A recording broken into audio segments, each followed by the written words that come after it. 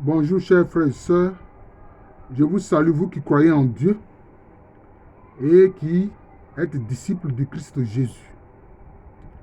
Ne pas confondre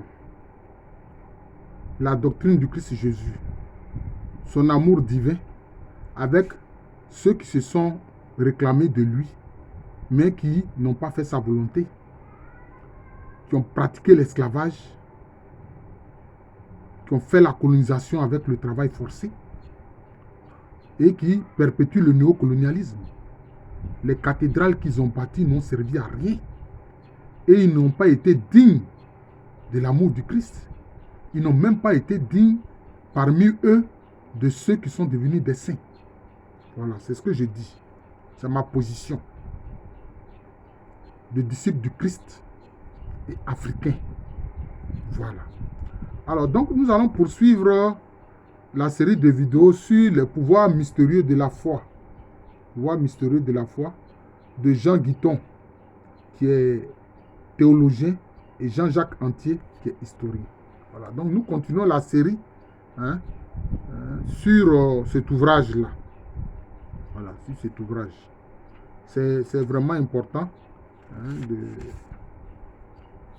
de voir cela. Alors, ils posent la question de l'avenir de l'homme. Alors, ils disent ici que Bergson a répondu, il fallait aller au plus pressé, l'étude de la matière. C'est ça le problème.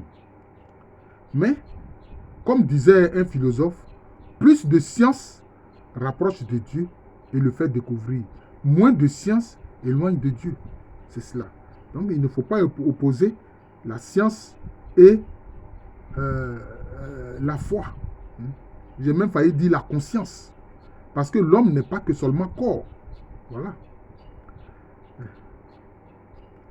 On pourrait, en accumulant, critiquant et comparant les constatations, acquérir sinon des certitudes absolues, du moins de haute probabilité, sur ce qui nous préoccupe le plus, l'avenir de l'âme après la mort, la communication entre les consciences hors du langage et de l'écrit, les intersignes, les messages, les pressentiments.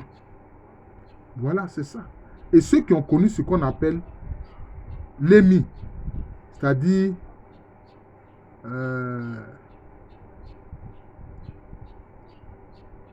comment je peux appeler ça?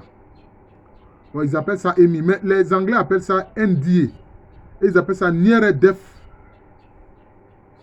Experience. Expérience de mort imminente. En français, on dit EMI, expérience de mort imminente. Chez les Anglais, on dit NDA, Near Death Experience. Mais ceux qui ont connu cela, qui étaient même un peu pratiquement presque déclarés cliniquement morts, ils racontent ce qu'ils ont vu, ce qu'ils ont vu, là où ils étaient en état de conscience hors de leur corps. Voilà. Ils racontent ce qu'ils ont vu.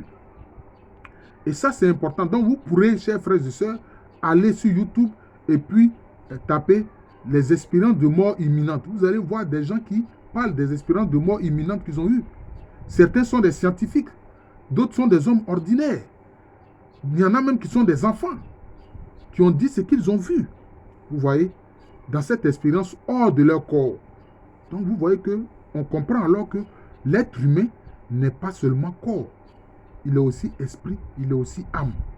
Et les expériences de mort imminente ou les NDA, Near Death Experience, le montrent très bien. En vérité, si nous étions sûrs de survivre, nous ne pourrions plus penser à autre chose. Le plaisir serait éclipsé par la joie. Voilà. Et comme je l'ai dit souvent, j'aime la citer, Sainte Thérèse d'Avila, qui a eu tellement d'expérience avec le Seigneur Jésus-Christ. Elle a dit, oh Seigneur, je meurs de ne pas mourir. Elle était tellement pressée de voir son corps mourir pour que son âme soit auprès du Christ, qu'elle a dit, Seigneur, je meurs de ne pas mourir. Voilà, c'est cela.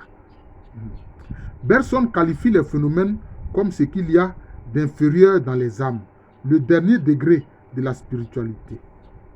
Et en effet, tous les mystiques qui les ont subis les ont plus ou moins écartés, méprisés, qualifiés de scories, les visions de l'autre monde et ils les acceptent. Comment nier l'évidence? Mais les stigmates, la lévitation, l'inédié, la bilocation, les gènes, c'est-à-dire les stigmates, bon là vous connaissez, la lévitation, c'est quand ils vont au-delà de la gravitation, et puis l'inédié, le fait qu'ils ne mangent pas, voilà, le fait qu'ils ne mangent pas, c'est cela. C'est là les gènes. Or, il me semble que cela forme un tout.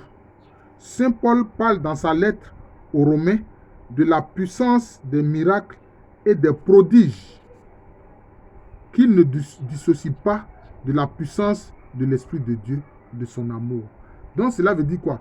Tous ces phénomènes-là, que quelquefois on voit dans l'environnement des saints, le fait qu'ils ont des stigmates, et qu'on a pu vérifier que cela n'est pas lié à, je ne sais pas moi, à un problème psychique, ou bien des gens qui ne mangent pas, mais qui vivent, etc. Tous ces phénomènes, bon, comme le cas de lévitation, mais par exemple, il y a le cas de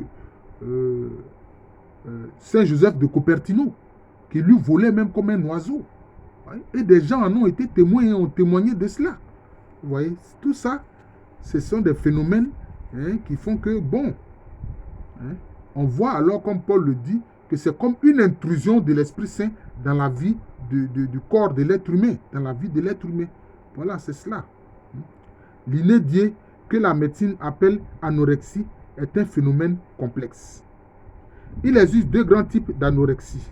L'anorexie hystérique, qui procède d'un blocage psychique, d'une névrose, et l'inédié mystique, qui a aussi des sources psychologiques et peut parfois relever de l'hystérie, mais on va le voir pas toujours. Vous voyez? Donc il y a une différence. Il y a une différence. Vous voyez? Il y a une différence. Comme il y a l'inédié un peu hystérique, comme parfois on le voit, certains mannequins, craignant de grossir, ne mangent pratiquement pas. Et elles deviennent comme des squelettes vivants. Vous voyez? Elles deviennent comme des squelettes vivants. C'est cela. En effet, c'est bien un phénomène mystique qui lui permet de survivre dans tous les cas où l'inédié est total, y compris de liquide, et où elle dure plus de quelques mois, mais étant admis qu'un être humain ne peut survivre en principe à plus de quelques semaines de privation de liquide, qui est l'élément constitutif de la cellule et des échanges. Et c'est là où intervient de façon radicale le sacrement de l'Eucharistie, le pain vivant, des mystiques chrétiens inédits, leur seule nourriture. Voilà. Des saints, comme on l'a vu, où c'est simplement le corps du Christ, comme le cas de Marthe Robin, qui a vécu de cette façon-là pendant 50 ans, elle ne se nourrissait que de l'Eucharistie. Vous voyez. Elle ne se nourrissait que de l'Eucharistie. Oui. Dans les cas de canonisation, à la rumeur populaire et au témoignage des proches s'ajoute la caution de l'Église qui, en matière de procès, vaut une étude scientifique pour la rigueur de l'enquête et l'authenticité des témoignages. Vous voyez, donc, c'est cela. Quand, par exemple, il y a des cas d'inédiés où vraiment la personne ne mange pas du tout, comme le cas de Marthe Robin, mais l'Église mène des enquêtes. L'Église mène des enquêtes, l'Église ne plaisante pas, parce qu'elle est prudente. Voilà. Théoriquement, on ne peut pas s'abstenir de nourriture solide plus de 40 jours. Pas plus de 40 jours. Jésus-Christ a jeûné pendant 40 jours. On dit pas plus de 40 jours. Scientifiquement, après 40 jours, la mort survient par inanition. Voilà. Donc, quand l'Église dit que, quand les évangiles disent que Jésus-Christ a jeûné 40 jours, juste 40 jours, vous voyez que ça correspond à la science. Voilà. Ça correspond à la science. Parce que si tu vas au-delà des 40 jours, là, tu meurs d'inanition parce que tu n'as plus d'énergie, ton corps meurt. C'est cela. L'anorexique n'accomplit aucune des fonctions ordinaires de la vie, sauf la respiration et la circulation sanguine qui sont incontournables. Voyez?